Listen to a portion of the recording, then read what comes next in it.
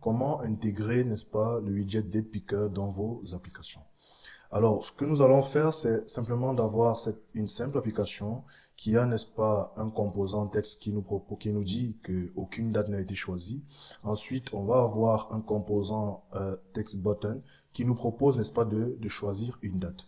Lorsqu'on va cliquer, n'est-ce pas, sur ce composant text button, on va afficher, n'est-ce pas, le widget DatePicker. Et une fois que l'utilisateur sélectionne une date, ok, la date sélectionnée va, n'est-ce pas, remplacer le texte aucune date choisie. Donc, alors, qu'est-ce qu'on fait? J'ai préparé pour vous, n'est-ce pas, cette classe que j'ai appelée DatePicker Tuto. Cette classe est une classe stateful. Pourquoi? Parce que si nous voulons que lorsque l'utilisateur clique, n'est-ce pas, si nous voulons que lorsque l'utilisateur choisisse la date et que, n'est-ce pas, on voit la date qu'il a choisie, nous avons besoin, après que l'utilisateur ait choisi la date, de dire à la classe qui gère les composants ici de se redessiner. Et pour ça, nous avons donc besoin que notre classe soit une classe stateful. Si vous voulez en savoir un peu plus, n'est-ce pas, sur la différence entre les classes stateful et les classes dites stateless, je vous invite à aller sur mon autre vidéo qui en parle. Alors, revenons sur notre classe stateful. Alors ici, nous avons simplement notre scaffold qui va nous permettre de définir un addbar. Alors, ce que nous avons dans notre titre, je l'envoie depuis la classe main, d'accord? Et là, nous avons Flutter Demo DatePicker, d'accord? J'ai voulu avoir un fichier détaché où on va voir ensemble comment intégrer le widget DatePicker. Alors, au niveau du body, on a juste notre widget center, d'accord? Alors, je vais compiler ça à travers la commande Flutter Run et on va voir ce qu'on a au départ. Alors, comme vous pouvez le constater, voici l'application qui est buildée sur mon mobile, d'accord? C'est un Redmi Note 7 Pro. Nous n'avons rien, nous avons juste ce widget Center, d'accord? Donc, maintenant, nous allons commencer, n'est-ce pas, à ajouter les widgets dont nous avons besoin pour obtenir cette architecture-ci. Alors, pour avoir cette architecture, dans le widget Center, nous allons intégrer le widget Row qui va nous permettre, n'est-ce pas, d'aligner ces deux composants de cette manière-ci. Ici, nous allons avoir besoin d'un widget texte, d'accord? Ici, nous allons avoir besoin d'un widget text button. Ensuite, pour pouvoir garder, n'est-ce pas, la date que l'utilisateur va sélectionner, on va avoir besoin d'une variable de type datetime. D'accord? Désolé. On va avoir besoin d'une variable de type datetime. Alors, implémentons ça. Alors, dans notre classe, ici, nous allons, n'est-ce pas, commencer par créer notre variable de type datetime que j'appelle, n'est-ce pas, date choisie. Très bien. Nous avons une ligne rouge qui nous dit non-nullable instance field date choice must be initialized. If I click here, what's happening? Alors, en fait, ce que Flutter essaie de nous dire, c'est que, bon, voilà, est-ce que ce monsieur-ci sera nul? Donc, généralement, ce que vous pouvez faire, c'est simplement de mettre ce point d'interrogation pour dire que cette variable-ci peut être nulle. D'accord? Et donc, c'est pour ça qu'il n'y a pas de problème avec le fait que je ne l'initialise pas pour l'instant. D'accord? Très bien. Donc, dans notre widget center, nous allons donc ajouter un enfant. Et à cet enfant, on va donc ajouter le widget row. D'accord? On va ajouter le widget row. Et maintenant, au widget row, on va ajouter un ensemble d'enfants. Très bien. Le premier enfant, on l'a dit, c'est un widget texte. Donc, on va ajouter le widget texte. Et là, on va mettre, d'accord, aucune date choisie. D'accord? Ensuite, nous allons, n'est-ce pas, ajouter le widget text button. D'accord? Et dans le widget text button, on a, n'est-ce pas, le onPress qu'on doit implémenter, n'est-ce pas? On doit lui envoyer une fonction, un callback. D'accord? On fait ça. Et là, on va lui dire, c'est-à-dire le texte qu'on va afficher au niveau du bouton, ce sera quoi? Ce sera aussi un autre widget texte. Et on va dire choisir une date. D'accord? Très bien. Alors, ici, qu'est-ce qu'il dit? Il nous dit prefer const with constant constructor. Bon. C'est qu'en fait, le widget texte a un constructeur constant. Donc, par rapport à ça, il veut qu'on ajoute l'attribut const. D'accord? Pareillement, ici, il veut également qu'on ajoute l'attribut const. Très bien. Donc, on va builder ça et on va déjà voir ce que ça donne. Très bien. Nous avons donc aucune date choisie et à droite, nous avons choisi une date. Alors, on va essayer de centrer ça.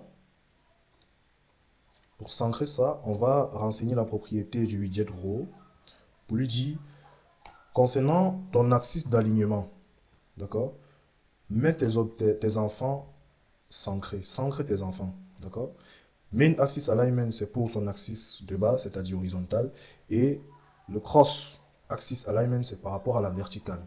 Donc, si je rafraîchis ici, d'accord, je reviens là, comme vous pouvez le constater, on a nos widgets qui sont maintenant centrés. Très bien. Maintenant, ce qu'on veut, c'est pouvoir, n'est-ce pas, implémenter le onPress. D'accord? Qu'est-ce qui se passe lorsque on va cliquer sur choisir une date? Je vais à la ligne. Alors, Flutter a une méthode par défaut qui s'appelle showDatePicker. La voici. Très bien. Qui prend le contexte, ce contexte-ci, d'accord, qui nous demande la date initiale, c'est-à-dire quand, n'est-ce pas, le date picker va s'afficher, ce sera sur quelle date initialement. C'est de cette date initiale-là qu'il s'agit. Et donc, on va faire un datetime.now pour dire, place-toi sur la date d'aujourd'hui. Très bien. Maintenant, first date, c'est, bon, supposons par exemple que vous voulez définir une date, c'est-à-dire le date picker qui va s'afficher, il va commencer en quelle année? C'est à partir d'ici qu'on fait ce travail-là. Alors, on va lui dire datetime, d'accord, commence en 2020. 2019, vous ne pourrez rien sélectionner. Et last date, c'est datetime.now. Très bien. Voilà. Donc, ce qui va donc se passer maintenant, c'est que lorsqu'on va cliquer sur notre onPress, d'accord, notre date picker va s'afficher, d'accord. On peut tester ça. Très bien, notre application est buildée. Donc, lorsqu'on clique, on a bien notre date picker qui s'ouvre. Maintenant, il faut que lorsqu'on clique, n'est-ce pas, sur une valeur, on récupère la date que l'utilisateur a choisie. Okay? Donc, comme vous pouvez le constater ici, au-delà, en deçà de 2020, rien n'est choisissable. Donc, si on avait mis first date 2019, tout ce qui est en dessous de 2019 n'allait pas pouvoir être, n'est-ce pas, cliquable. On n'allait rien pouvoir choisir comme année là-bas, comme élément là-bas. Donc, voilà. Très bien. Alors, on revient ici. Et comment on fait pour dire, n'est-ce pas, qu'on veut récupérer la date que l'utilisateur aura choisie? Pour ça, showDatePicker a une propriété zen pour dire ensuite, d'accord? On attend ensuite, d'accord? Donc, ensuite, la valeur que l'utilisateur a choisie, mettons ça dans date choisie. Mettons ça dans date choisie, d'accord? Très bien. Donc, on va faire un contrôle tout simple, hein, et on va dire si, n'est-ce pas, ce que l'utilisateur a choisi est égal à nul, on ne fait rien, ok? On ne fait rien, tout simplement. Sinon, on récupère la valeur que l'utilisateur aura choisie et on la met dans la variable date choisie. Maintenant, qu'est-ce qu'il faut faire? Ce qu'il faut faire maintenant, c'est cette date choisie qu'on a prise. Il faut qu'on la mette au niveau de notre texte. C'est-à-dire ici, cette date sélectionnée, il faut qu'on la mette là-dedans. Donc, comment on fait ça? Ce qu'on va faire, c'est qu'on va utiliser un ternaire. D'accord? On va lui dire, si date choisie est... on va lui dire que si date choisie est nulle, d'accord? On lui pose la question. Si date choisie est nulle, ok, mets là-bas aucune date choisie. Sinon, mets là-bas la date que l'utilisateur aura choisie. Bien. À ce niveau, ce qu'on voudrait, c'est afficher une date qui est compréhensible, d'accord, par l'humain. Parce que si on fait juste ceci, date choisie point to screen, c'est-à-dire la valeur en chaîne de caractères de la date qu'il aura choisie, on va avoir une date qui n'est pas très compréhensible, un peu compréhensible, mais on peut la rendre un peu plus lisible. Alors ici, il nous dit que voilà, a value of type null can be assigned to a parameter of type screen in a const constructor. Donc, ce qu'il dit en fait, c'est que ce monsieur-ci peut être nul un jour. Et moi, tu m'as déclaré comme étant une constante. Donc, moi, je n'aime pas les gens qui vont venir et qui peuvent être nuls. Donc, si tu sais que ton gars-ci sera nul, mieux tu ne me déclares pas en tant que constante. D'accord? Donc, on enlève le constante et là, tout va bien. Donc, ce qui va se passer là maintenant, c'est quoi? C'est que on va rafraîchir notre appli. Regardons ce qui se passe. Quand je clique ici, d'accord, je prends 21, ok, octobre 2020, 21, octobre 2022. Je clique sur OK, rien ne se passe. Pourquoi est-ce que rien ne se passe? Rien ne se passe tout simplement parce qu'on n'a pas demandé, n'est-ce pas, à la classe de redessiner ses composants. D'accord? Et donc, pour le faire, ce qu'il aurait fallu faire, c'est quoi? C'est de mettre cette instruction-ci dans cette state, qui est, n'est-ce pas, la méthode qui permet de dire à une classe stateful de se redessiner. Donc, si on fait set state, très bien, on récupère ce monsieur-ci et on le met là à l'intérieur, d'accord? Avec la touche R, on rafraîchit, n'est-ce pas, notre build. Donc, lorsqu'on va cliquer maintenant sur la date et qu'on va choisir, n'est-ce pas, vous voyez, on a donc cette date qui n'est pas, on a la valeur, mais c'est pas, on a bien la 10, 10, 20, ouais, on a choisi le 20 octobre 2022, mais on peut la rendre plus jolie. Et donc, comment on fait pour la rendre plus jolie? Pour ça, on va utiliser, n'est-ce pas, la librairie, le package int_l, qui nous propose, n'est-ce pas, à travers sa classe dateFormat, d'accord, à travers sa classe dateFormat, très bien, de définir un format, ok, définir un format, et donc par rapport au format, qu'est-ce que je veux? Je veux le jour de la semaine, ok, ensuite je veux le jour du mois, d'accord, c'est-à-dire on veut afficher le jour de la semaine, on met la virgule, on veut le jour du mois, ensuite on veut le mois, d'accord, et on veut l'année. Ensuite, on appelle la méthode format et on passe, n'est-ce pas, notre datetime, parce que c'est ce que format attend en fait. Si je me mets là, vous pouvez constater, il attend un datetime, donc je lui envoie donc la date choisie.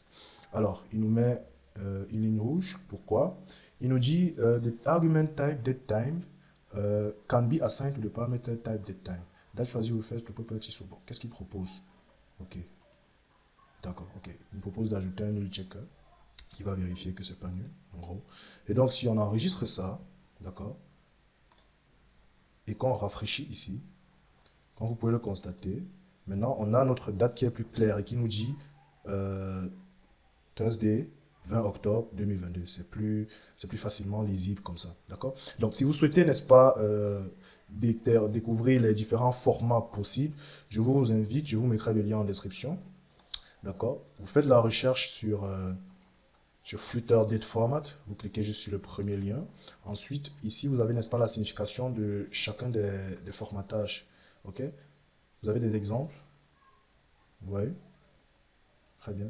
Donc, par exemple, ici c'est un format par défaut qui vient avec Flutter. Donc, si vous choisissez d'écrire datetime, n'est-ce pas, .ymd, vous aurez l'affichage de votre date qui sera comme ça. Si vous choisissez de mettre comme ça, vous aurez la même chose. Si vous choisissez ça, vous aurez, n'est-ce pas, l'affichage comme ça. Il est à noter que vous pouvez aussi définir, n'est-ce pas, la langue en laquelle votre date va s'afficher.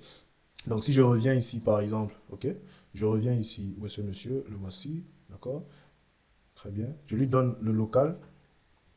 Qu'est-ce qu'il propose? Donc, ici, on lui dit fr underscore fr.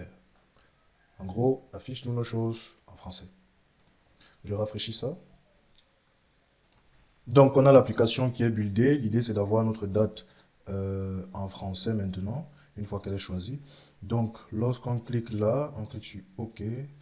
Ah, local data has not been initialized. Called initialize date formatting local. OK. Donc, alors, je vais mettre la vidéo en pause et je vais aller chercher un peu. Et je vais revenir avec la solution. pour que la vidéo ne soit pas longue. Alors, ce qu'il fallait faire pour ne pas avoir de message d'erreur, c'est qu'il aurait fallu, n'est-ce pas, aller sur la documentation de Flutter qui explique comment gérer l'internationalisation. Et là, ce qu'il nous dit, n'est-ce pas, c'est d'intégrer déjà, d'importer ce package, Flutter Localization. Donc, je vais dans mon main, je vais l'ajouter, voilà. Donc, si vous êtes sur, si c'est la première fois que vous importez ça, il va vous mettre une erreur. Donc, ce que vous pouvez faire, c'est cliquer sur l'ampoule et vous allez avoir une proposition d'ajouter, n'est-ce pas, cette librairie-ci à votre pub-spec. D'accord? Il va faire ça automatiquement pour vous, ne vous inquiétez pas. Ensuite, ce qu'il dit, c'est qu'il faut, n'est-ce pas, qu'on récupère ceci, d'accord, et qu'on mette dans notre matériel app. D'accord, alors on va faire ça. Donc voici notre matériel app dans le main.